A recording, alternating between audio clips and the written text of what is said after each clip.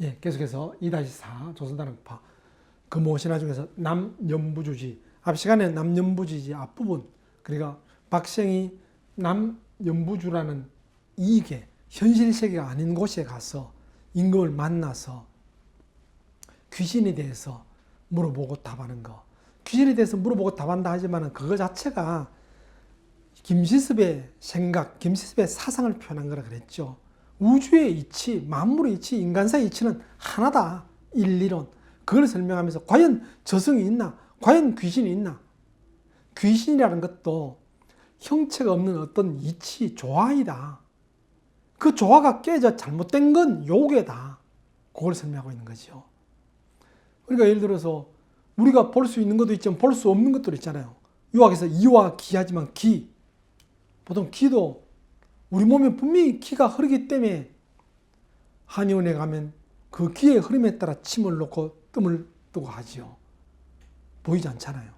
귀신도 보이지 않지만 어떤 조화의 세계의 어떤 한 모습이다. 그렇게 표현하는 겁니다. 그리고 조상한테 제사 지는 것은 귀신한테 제사 지낸다기보다는 부모를, 조상을 공경하는 마음을, 향을 태워서 사르고 마음을 나타내고 하는 것이다. 그런 거죠. 자, 근데 이제 이부에 가서는 이제 좀 더 구체적으로 불사를 비판합니다. 말씀드렸죠. 김시섭이 비록 스님이 됐지만은 그래도 유학자 입장입니다. 그래 보면 그냥 세조의 개유 정난 때문에 세상을 등져서 절에 가 있을 뿐이지 실제 쏙까지 스님이 된 건 아니겠죠. 유학자이면서 승려로 살아간 그런 사람이라 보시면 됩니다. 박신이 또 물었습니다. 제가 일찍이 불자의 무리에게서 하늘 위에는 천당이라는 쾌락한 곳이 있고 땅 밑에는 지옥이라는 고통스러운 곳이 있다. 그리고 명부에 시왕을 배치하여 18지옥의 죄수를 국문한다라는 말을 들었습니다. 정말 이런 것이 있습니까? 명부가 저승세계에 시왕인데 10왕. 저승세계에 들어가는 문턱에는 거기에는 10명의 저승의 왕들이 있어서 18지옥의 죄수들을 국문하고 그 죄를 지은 정도에 따라 지옥에 여러 차원의 지옥에 보낸다. 그런 말이 있는데 정말 이런 거 있습니까? 묻습니다. 그러니까 이제 불교를 비판하기 위해서 이제 김시섭이 박생의 말을 통해서 묻는 겁니다. 그러니까 또 사람이 죽은 지 1회가 지나면 부처님께 공양을 드리고 제를 베풀어 그 혼을 천도하고 대와 함께 정성을 드리며 종이돈을 태워 지은 죄를 속죄한다고 합니다. 보통 뭐 1회 지나면 49제 지내듯이 딱 뭐 한칠, 두칠 뭐 그러듯이 그렇게 하죠. 그렇다면 간사하고 포악한 사람도 정성을 들이면 왕께서는 너를 용서하신다는 말씀입니까? 예, 요게 이제 명부에 있는 시왕들 그림인데 좀 오래된 그림이라고는 좀 희미하죠. 자, 계속해서 그 말 듣고 임금이 깜짝 놀랄 말합니다. 나는 그런 말을 들은 적이 없어. 옛사람이 말하기를 한 번 음이 되고 한 번 양이 되는 것을 도라하고 한 번 열리고 한 번 닫히는 것을 변이라 하며 낳고 또 낳음을 여기라고 망령됨이 없음을 성이란다. 주역에 나오는 말들이죠. 그냥 한 이치 딱 한 번 한 번 양이지 무슨 저승에 지옥이 있고 천당이 있고 그런 거 없다. 그 얘기입니다. 그래서 남연부주지 제라법원의 박생의 일리론을 먼저 소개하고 귀신에 대해서 저승세계에 대해서 묻고 답하고 하는 게 나오는 겁니다. 이와 같으면 어찌 건곤의 바깥에, 건곤이 하늘과 땅이죠. 바깥에 다시 또 하늘 땅이 있고 또 천지가 있고 바깥이 또 있겠냐. 이승이 있으면서 저승이 있다는 말이 되느냐. 이승에 하늘 땅이 있는데 저승에 하늘 땅이 또 있다는 말이 말도 안 된다. 그 얘기입니다. 왕이라 하면 만백성이 귀의하는 사람을 두고 이름하는 것이요. 하은주라기도 하면 하상주가 정통명치라 그랬죠. 상나라 수도가 은입니다. 하상주, 항은주 3대 이전에는 모든 백성이 주인을 모두 왕이라 일컬었고 다른 이름으로는 부르지 않았소. 공자께서 춘추를 엮으실 때 100명의 왕이 바뀌어도 바꿀 수 없는 큰 법을 세우고 주나라 왕실을 높여 천왕이라 하여 또 천자 그랬죠. 천왕이라 하게 되니 왕이라는 이름을 다른 사람들이 함부로 쓸 수 없게 하였소. 보통 천자 그랬고 각 지방 제후들이죠. 제후인데 그걸 못 쓰게 했는데 춘추 전국시대에 바뀌면서 제후들도 왕이라는 이름을 막 붙입니다. 근데 진나라가 6나라 멸망시키고 뭐 7나라 했죠. 춘추 5패 전국시대 마지막에 전국 7웅 그러죠. 7웅 중에서 진나라가 나머지 6나라를 멸망시키고 천하통일했죠. 그러고 나서는 나의 덕은 사망을 겸하고 공은 오제를 능가한다. 그래서 사망의 황자 따고 오제의 제자 따서 황제란 말을 처음 만들었죠. 진시황. 당시에도 참남하게 왕을 사칭하는 자가 아주 많았으니 위나라와 초나라 군주가 그런 자들이요. 말씀드렸죠. 원래 주나라 초에는 천자만 천왕이고 나머지는 제후에 불과했는데 춘추 전국시대로 가면서 지방의 제후들마저도 왕이란 말을 막 씁니다. 초나라 왕, 위나라 왕, 진나라 왕. 그러다가 천하통일하고 나서 진나라는 아예 그냥 왕 대신에 황제 그런 말을 쓰는 겁니다.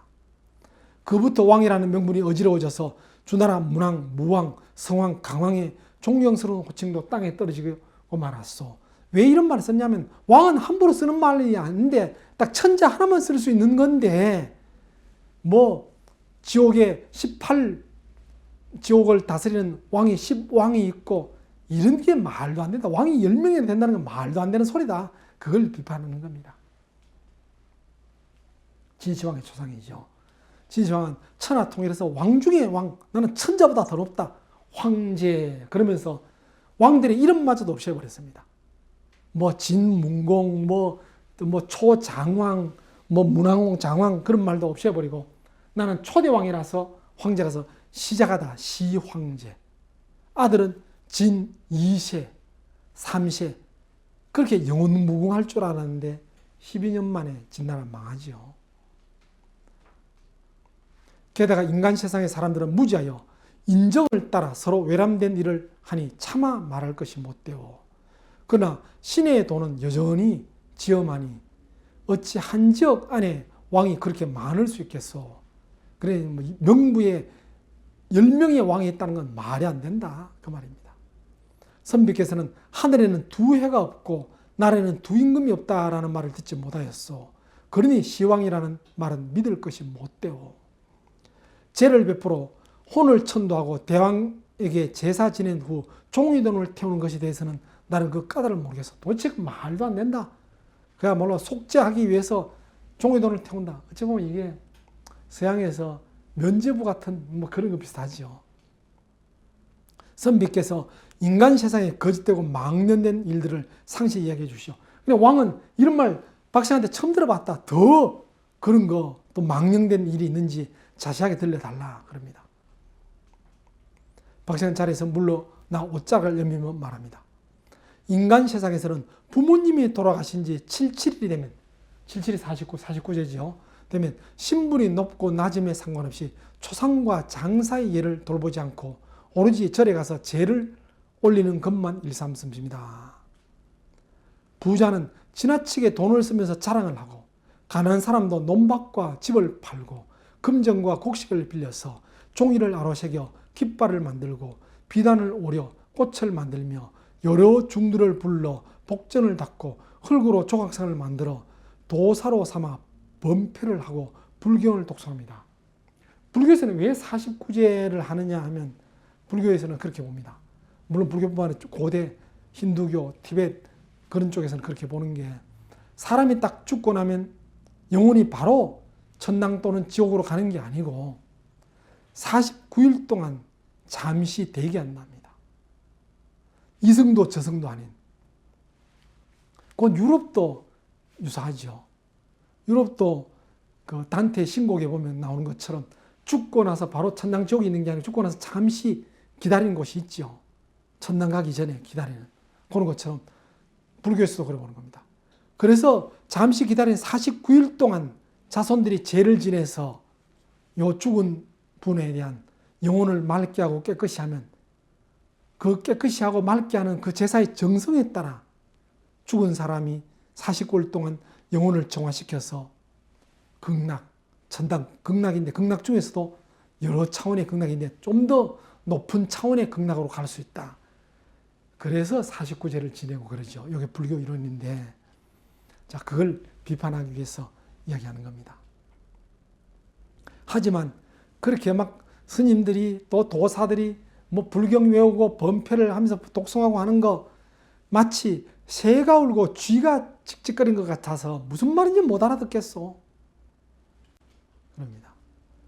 상주는 아내와 자식들을 거느리고 친척들을 끌어들이고 벗들을 불러 모으니 남녀가 뒤섞이고 대소변이 낭자여 정토를 더러운 뒷간으로 바꾸고 정량을 소란스러운 장판으로 바꿉니다. 49제 지낸다고 뭐 상주뿐만이 아니라 온 식구들, 심지어는 친척까지 다 와서 절에 와서 그야말로 49일 동안 계속 제사 지내고, 뭐 스님들도 시끄럽게 목탁도 들으면서 연불 외우는데 무슨 소리인지 쥐새끼 소리 같아 보이고, 사람들은 또 그냥 남녀가 같이 뒤섞여서 대소변 노니까 그야말로 정토가 참 깨끗한 곳이라 해야 되는데, 또 정량이 고요한 곳이라 해야 되는데, 절간을 말하죠. 절간이 더러운 뒷간이 되고 난장판, 시장판이 되어버린다. 이래갖고 무슨 조상의 혼을 깨끗이 할 수 있겠느냐 비판하는 겁니다. 또 이른바 시왕이라는 것을 모셔놓고 음식을 갖추어 제사 지내고 종이돈을 불살라 속죄하게 합니다.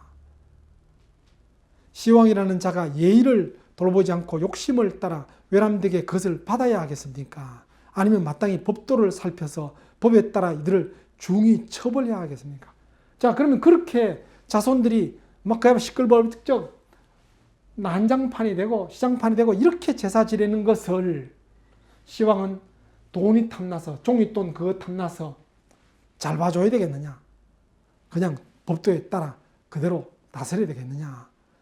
박생이, 그런 김시섭 자신이 불교 비판하는 듯이 이렇게 묻는 겁니다. 이것이 저로서는 분하고 답답한 일이지만 차마 누구에게도 말하지 못했던 것입니다. 임금께서는 저를 위하여 무엇이 옳은지 가르쳐 주십시오. 어찌 보면 김시섭은 유학자로서 불교를 비판한 것도 되고, 또 유학자로서 이제 머리 깎고 스님이 돼서 스님이 되고 보니까 불교가 너무 썩은 것, 더러운 것, 뭔가 잘못된 게 많다. 불교 정화를 위해서 그릇된, 불교 안에서 그릇된 사도에 대한 비판, 그렇게 볼 수도 있겠죠. 자, 그렇게 보니까 임금이 말합니다. 아, 이런 경지까지 이르렀구려. 사람이 태어날 때 하늘은 성을 내려주었고, 아까 그랬죠. 하늘이 내려준 성, 천성, 땅은 생명을 살게 해 주었소. 또한 군주는 법령으로 나라 다스렸고, 스승은 도의로 가르치셨으며, 어버이는 은혜로서 길러주셨습니다. 이로 말미암아 오륜의 차례가 있고 삼강이 물러나지 않게 되었어. 삼강 오륜의 모든 게 질서가 딱 있는데, 하늘이 내려준 그 도리에 따라 임금과 신하 사이, 또 부모와 자식 사이, 부부 사이, 또 형제 사이, 친구 사이에 도리가 있는데 이게 이렇게 문란해서 되겠느냐는 겁니다. 이를 잘 따르면 상서롭고 이를 거스르면 재앙이 닥치니 상서와 재앙은 사람이 그것을 어떻게 받느냐에 달려있을 따름이요. 사람이 죽으면 전기가 흩어져 혼은 하늘로 올라가고 백은 땅으로 내려가 근원으로 돌아가는 것인데 어찌 다시 어두운 저승에 머무는 일이 있겠소. 유학의 어떤 우주관입니다. 물론 도교에서도 이렇게 보죠. 동양의 우주관입니다. 모든 만물은 전기에 의해서 이루어진 것이다. 전기에 의해서 이루어지도록 하는 이치는 리이고, 리라는 이치에 따라, 기에 따라 그 전기가 뭉친 게 사람의 형상이 되고, 또 나무, 탁자, 의자, 책상들이 되고, 그런데 사람도 죽으면 그 전기가 흩어져서 혼은 하늘로 가고 백은, 육신은 땅으로 내려가서 근원으로 돌아간다. 원래 흙에서 왔으니까 다시 흙으로 돌아가는 것이다. 저승에 가는 거, 그런 거 말이 되느냐 그 말입니다. 또 원한을 품은 혼령과 횡사거나 요절한 귀신은 올바르게 죽지 못하였으므로 그 한을 제대로 풀지 못해 죽었던 전쟁터나 모래밭에서 시끄럽게 울기도 하고 목숨을 잃어 원한 맺힌 집에서 처량하게 울기도 하는 일이 간혹 있어. 좀 전에 기가 뭉쳐서 형태가 되고 한다 그랬죠. 그럼 귀신이 뭐냐? 죽고 나서 혼이 빠져서 다시 형체가 없는 기, 또 형체가 있는 육신은 썩어서 흩어져 버리죠. 그냥 땅으로 돌아가 버리죠. 근데 그 원래의 모습으로 맑게 돌아가는 게 귀신, 조화의 신입니다. 근데 그러지 못하고 한이 워낙 많을 때는 그 맑은 귀신이 못 되고 그야말로 좀 한맺힌 신이 된다. 귀가 된다는 거죠. 귀신이라기보다는 귀가 된다. 그들은 무당에게 부탁해서 사정을 호소하기도 하고 혹은 사람에게 의지해서 원망을 드러내기도 하고, 하지만 비록 정신이 그 당시에는 흩어지지 않았다고 하더라도 결국에는 아무것도 없는 상태로 돌아가게 되는 것이요. 결국은 보이지 않는 무와 같은 동양의 무는 또 나싱은 아닙니다. 아무것도 없다고 해서 제로, 그게 아닙니다. 동양의 무는 있지 않다, 유반대, 그래 보시면 됩니다. 도덕경에서 그래서 무라는 말을 잘 이해해야 됩니다. 도덕경에 무를 참 많이 쓰는데 서양의 관념처럼 완전히 없다는 뜻이 아닙니다. 사람이 죽어서 혼이 빠져서 가고 시체는 썩어서 흙이 되어버린다. 무가 되죠. 그 무라고 해서 완전히 없어지는 게 아닙니다. 맑은 기처럼 어떤 기로, 형체가 없는 기로 바뀐다. 그것도 오래되면 아주 맑은 기, 원초적 기로 사라진다. 사라진다고 해서 무가 아닌 그런 상태, 나싱이 아닌 무로 돌아간다. 그런 얘기입니다. 어찌 그들이라고 해서 저승에 나타나서 지옥의 벌을 받는 일이 있겠소. 이런 것들은 사물의 이치를 연구하는 군자라면 마땅히 헤아려 두어야 할 일이요. 부처에게 제를 올리고 시왕에게 제사를 지내는 것은 더욱 허탄한 일이요. 더욱이 제란, 그렇죠, 정결히 한다. 목욕제기 하다 할 때 제계란 뜻이죠. 제계의 제자입니다. 정결히 한다는 뜻인데 정결하지 않은 상태에서 제를 지낸다는 게 무슨 의미가 있고 복을 받을 수 있겠습니까? 그럽니다. 부처란 또 청정함을 일컫는 칭호요. 왕이란 존엄함을 일컫는 칭호입니다. 왕이 수레를 요구하고 금을 요구한 일은 춘추에서 비판받았고, 공자가 비판했죠. 사치다. 백성의 한마디로 좀 힘들게 하는 사치다. 비판했고, 또 불공 드릴 때 금을 사용하고 비단 사용하는 것은 한나라와 위나라에 와서 시작된 것이요. 원래 그런 거 아닌데 그렇게 되어버렸다. 어찌 청정한 신이 인간 세상에 공양을 받고 존엄한 왕이 죄인의 뇌물을 받으며 저승의 귀신이 인간 세상에 형벌을 좌우할 수 있겠소. 이 또한 이치를 연구하는 선비로서 마땅히 헤아려 두어야 할 일이요. 예. 연부에 들어가는 염라대왕이 죽은 사람들에 대해서 심판하는 그런 그림입니다. 박생이 또 물었습니다. 윤회를 그치지 않아 이승에서 죽으면 저승에서 산다는 뜻에 대해서 여쭙고 싶습니다. 윤회를 묻습니다. 물론 이제 김시습의 사상 이야기하겠죠. 임금이 말한다. 그래, 김시습이 볼 때 윤회는 이런 것이다. 정령이 흩어지지 않을 때는 윤회가 있을 듯 하지만 오래되면 흩어져 소멸되고 마오. 자, 앞에서 이야기한 그대로죠. 사람이 죽으면 혼은 정령으로 있지만은 그 정령도 오래되면 흩어져 버린다. 무로 돌아간다. 나싱이 아닌 어떤 무, 그런 상태로 돌아간다. 돌아가기 전에는 윤회가 있을 듯도 하지만, 그렇죠. 김시습은 요 임금의 말을 표현해서 윤회를 부정하지는 않습니다. 불교에서 49제 그러죠. 49제를 통해서 맑은 영으로 다시 극락에 좋은 곳에 가기도 하지만은 그 49제에 따라 다시 49일 동안에 따라 다시 환생해서 사람으로 태어난답니다. 사람으로 태어난 이유는 사람으로 태어나서 좀 더 덕을 쌓고 좀 더 수양해서 다음에 죽었을 때는 좀 더 높은 차원에 가기 위해서. 불교에서 말하는 것은 사람이 다시 태어난 이유는 나의 영과 혼을 좀 더 성장시키기 위해서.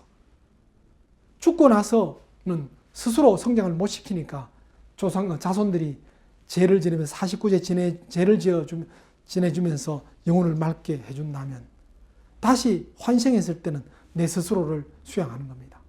그렇게 하다가 정말 완전한 수양이 됐을 때는 정령이 깨끗한 상태에서 무의 상태로 원래 자리로 돌아간다. 이 이론이죠. 이 이론인데 김시습은 크게 부정하지는 않죠. 어쨌든 윤회에 매달려서는 안 되지만은 윤회가 있을 듯도 하지만은 오래되면 결국 흩어져서 소멸되고 마고. 그러니까 결국은 그렇게 집착할 필요 없다. 그런 뜻이죠. 부처님도 제자들이 윤회에 대해서 물었습니다. 윤회가 되는데 어떻게 보십니까? 하니까. 그러니까 결국은 윤회 이론은 불교 이론이라기보다 바로 불교 이전의 원불교. 그러니까 뭐 인도의 힌두교 거기서부터 원래 있었던 인도에 원래 있었던 그런 이론이겠죠. 그러니까 윤회에 대해서 부처의 제자가 부처한테 묻습니다. 석가한테 묻습니다. 윤회가 어떤 겁니까? 그러니까 석가는 비유로 표현합니다. 사람들이 쭉 서서 내가 촛불을 하나 불을 밝혔다. 그 촛불을 너에게 전해주고 네가 또 다른 사람에게 전해주고 그 사람이 또 다른 사람에게 전해주고 그 사람이 또 전해주고 쭉 전해줬다. 그래서 쭉 이어졌을 때 10명, 100명이 됐다. 그러면 최초에 밝힌 이 촛불과 100명 후 그 사람이 갖고 있는 촛불이 같은 불이겠느냐, 다른 촛불이겠느냐, 그렇게 대답합니다. 윤회가 뭐냐 물었을 때 그렇게 비유처럼 말합니다. 자, 그 뜻은 여러 가지 해석이 될 수 있겠죠. 각자 강의 듣는 분이 한번 생각해 보시기 바랍니다. 어쨌든 불교에서도 윤회를 딱 잘라 있다 없다라기보다는 원래 석가 이전부터 내려오던 그런 사상이었다는 겁니다. 박생이 또 물었습니다. 임금께서는 무슨 인연으로 2억에 살면서 임금이 되었습니까? 어쩌다가 이런 신비한 곳에 새로운 땅에 임금이 되었습니까? 하니까 임금이 말합니다. 나는 인간 세상에 있을 때 왕에게 충성을 다하고 힘을 다하여 도적을 토벌하였소. 그리고 스스로 맹세하기를 죽은 뒤에도 마땅히 여귀가 되어 도적을 죽이리라 하였는데 그 소원이 아직 다 이루어지지 않았고 충성심이 사라지지 않았기 때문에 이 흉악한 곳에 와서 우두머리가 된 것이요. 예. 어찌보면 이승에 있을 때 왕에게 충성해서 도적을 토벌하다가 죽어서도 계속 그 일을 하고 싶다. 그런 염원이 이어진 것이죠. 그래서 이곳에 와 있다는 겁니다. 그러면서 이곳은 현실 세계는 아니지만 저승이라고 할 수 없는 그런 곳인데 흉악하다. 그런데 왜 흉악하냐? 계속 이야기합니다. 지금 이 땅에 살면서 나를 우르는 사람들은 모두 전생이라 표현 안 하고 전세라 됐습니다. 전세에 부모나 임금을 죽인 자들이거나 간교하고 흉악한 무리들이에요. 뭔가 좀 더 닦을 수양할 필요가 있는 그런 사람들이 와 있는 곳이라 그래 보면 되겠죠. 어째 보면 한편으로 볼 때 불교적 세계관으로 볼 때는 수미산은 신들이 사는 곳이고 연부주는 인간들이 사는 곳이라 하지만 인간들이 사는 곳 자체가 지옥 같은 곳이다. 실제 지옥은 아닌 그런 것처럼 여기도 어찌 보면 현실도 이승도 저승도 아닌 중간쯤 되는 것 같은 그런 곳이다. 그래 볼 수 있겠죠. 그들은 이 땅에 살면서 나에게 통제를 받아 그릇된 마음을 고치라고 했어. 그러나 정직하고 사심이 없는 사람이 아니면 하루도 이 땅의 우두머리가 될 수 없어. 과인이 들으니 그대는 정직하고 뜻이 굳세어 인간 세상에 있으면서 지조를 굽히지 않았다고 하니 진실로 달인이라 할 수 있을 것이요. 그런데도 그 뜻을 당시에 한 번도 펼쳐보지 못했으니 마치 형산에 옥이 티끌 가득한 벌판에 버려지고 밝은 달이 깊은 못에 잠긴 것과도 같소. 김시습 자신을 말하지요. 김시습 당신 또 뭐 자신을 이야기하는 거 자신 정말 뜻이 굳세고 지조 굽히지 않고 그렇죠. 세조에 굴복하지 않고 떳떳하게 바로 살고 그런데도 내 뜻을 제대로 펴지 못하고 살았다. 그걸 그대로 표현하는 거죠. 훌륭한 장인을 만나지 못하면 누가 지극한 보물임을 알아주겠소. 그러니 어찌 애석하지 않겠소. 나는 시온이 이미 다하여 장차 활과 검을 버리고 자하오. 그들도 또한 명수가 이미 다했으니 곧 숙덤불 속에 묻힐 것이요. 그러니 이 나라를 맡아 다스릴 사람이 그대가 아니고 누구겠소. 임금은 잔치를 열어 박생을 극진히 대접해 주었다. 그리고 박생에게 사만이 흥하고 망한 역사를 물으니 이 사만은 만진한 변한 같은 뭐 경상도 전라도 땅이 아니라 그랬죠. 우리 고대 땅을 사만이라 그랬습니다. 고조선 땅 전체가 사만이라고 보면 됩니다. 왜 3이냐? 고려 백제 신라 삼국 그러지만 우리 조선시대만 해도 사만 그랬습니다. 그래서 고려가 통일할 때도 사만통일, 사만일통 그랬죠. 그러니까 우리나라 옛날 그 이야기입니다. 그거 역사를 물으니 박생이 하나하나 대답했다. 이야기가 고려가 창업한 대목에 이르자 임금은 거듭 탄식하며 서글퍼하다가 말하였다. 나라를 다스린 이가 폭력으로 백성을 위협해서는 안 될 것이요. 백성들이 두려워서 따르는 것 같아 보이지만 마음속으로는 반역할 뜻을 품고 있어서 날이 가고 달이 가면 큰 재앙이 일어나게 되는 것이요. 자, 박생이 사만의 우리 역사에 대해서 쫙 이야기하다가 고려시대 이야기에 딱 들어가니까 임금이 애통해하면서 폭력으로 임금이 백성을 위협하고 다스려서 안 된다. 고려 통일도 그렇지만은 조선 통일도 폭력으로 통일했죠. 위화도 해군이 군사력 통일이지요. 그런데도 왜 고려 이야기하느냐? 김세습이 조선 사람이니까. 조선의 임금이 이렇게 했다 그러면 김세습은 조선을 부정하는 게 되지요. 그래서 이거는 김세습을 표현해서 이렇게 표현한 박생의 질문. 박생의 질문도 김세습의 질문이고 임금의 대답도 김세습의 사상을 담고 있다. 고려 보시면 됩니다. 폭력으로 나라 다스려 안 된다. 그 얘기하고 있는 겁니다.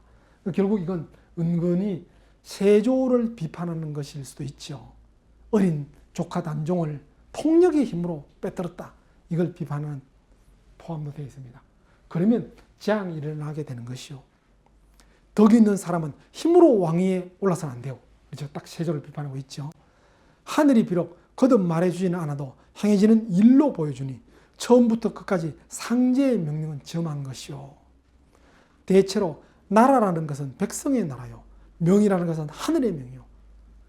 이와 같이 백성의 나라고 하늘의 천명이 임금한테 내려가는 것인데 사심을 갖고 힘이 있다고 조카를 쫓아내고 자신이 왕이 되는 것은 천명을 거스르고 백성의 뜻을 거스르는 것이다.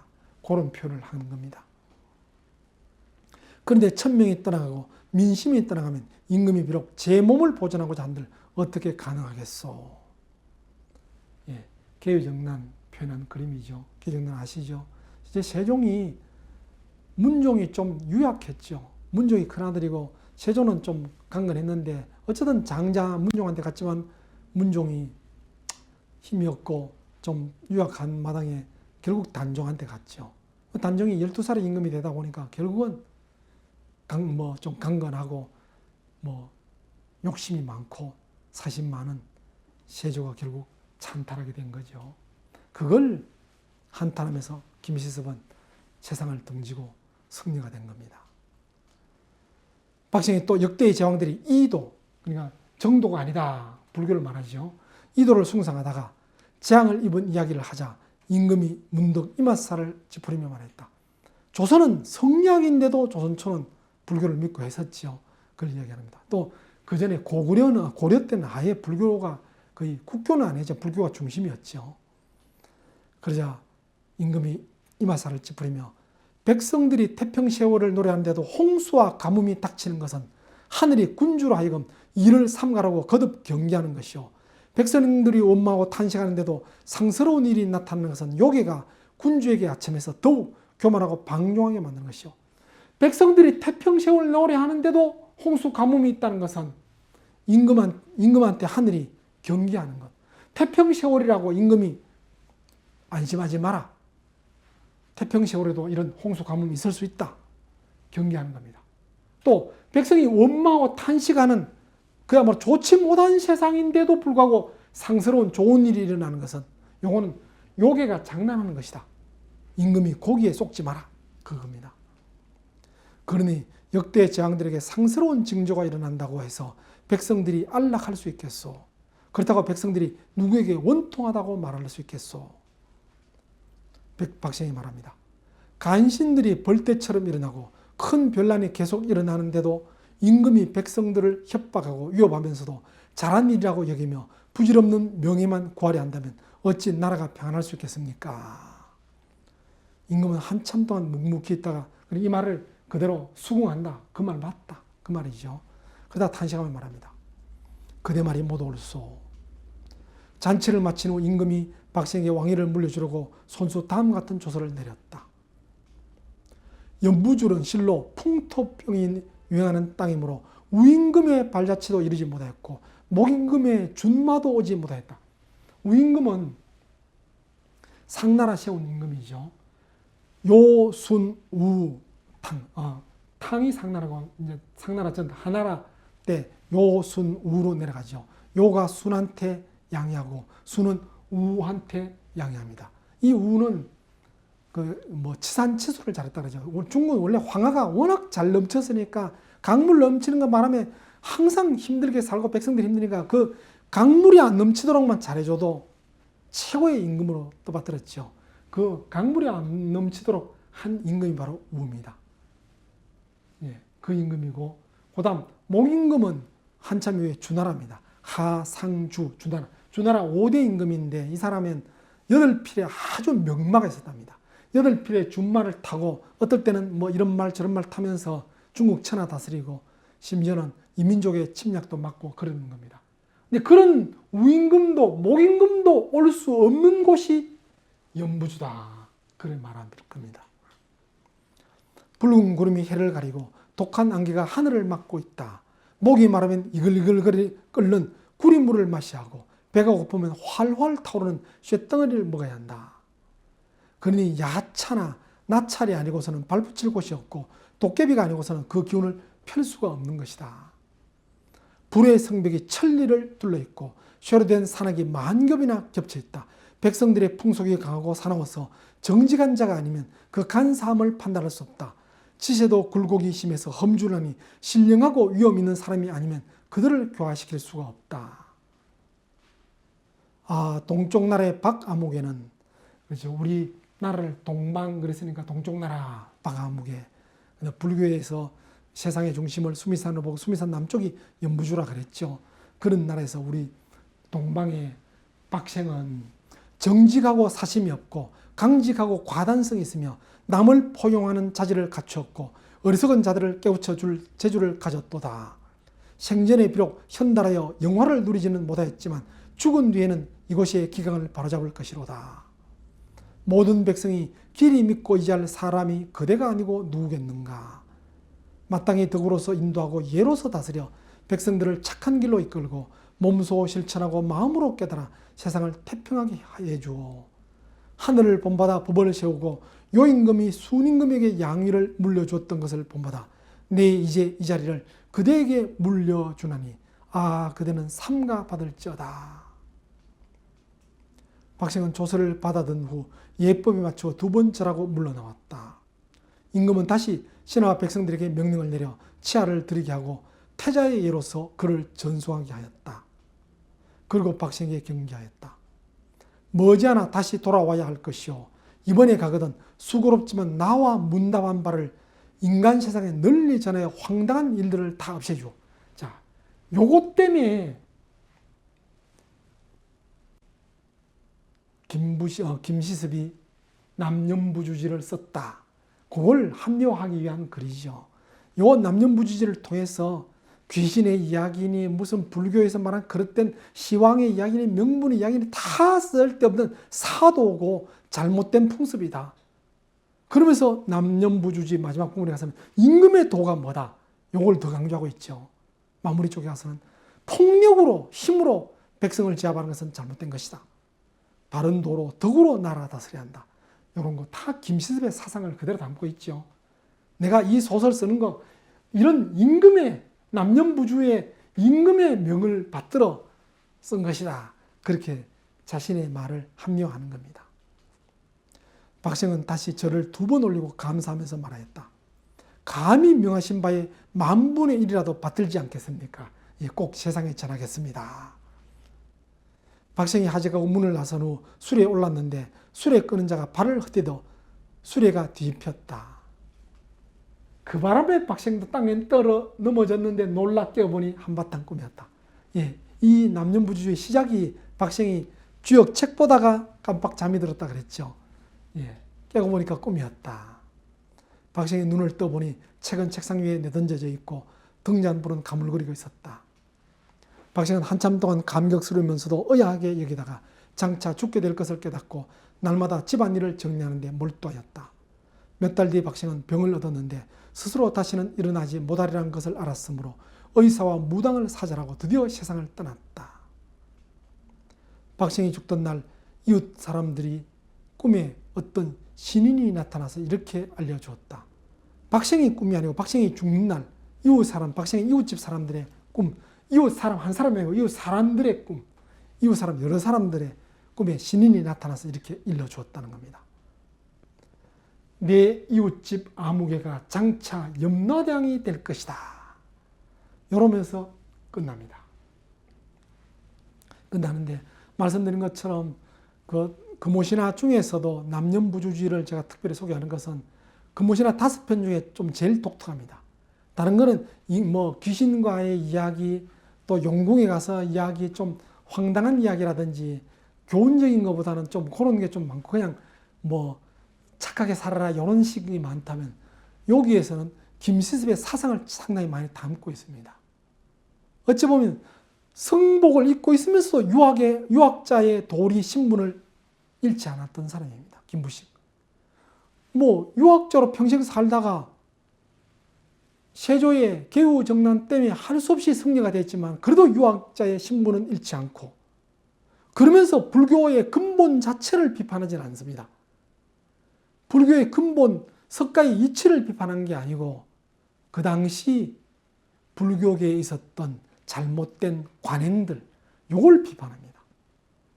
그러면서 또 왕의 도리, 왕도를 이야기합니다.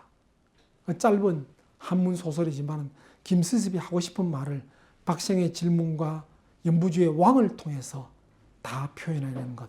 이게 바로 김시습의 금오신화 중에서 남념부주지입니다. 마치도록 하겠습니다.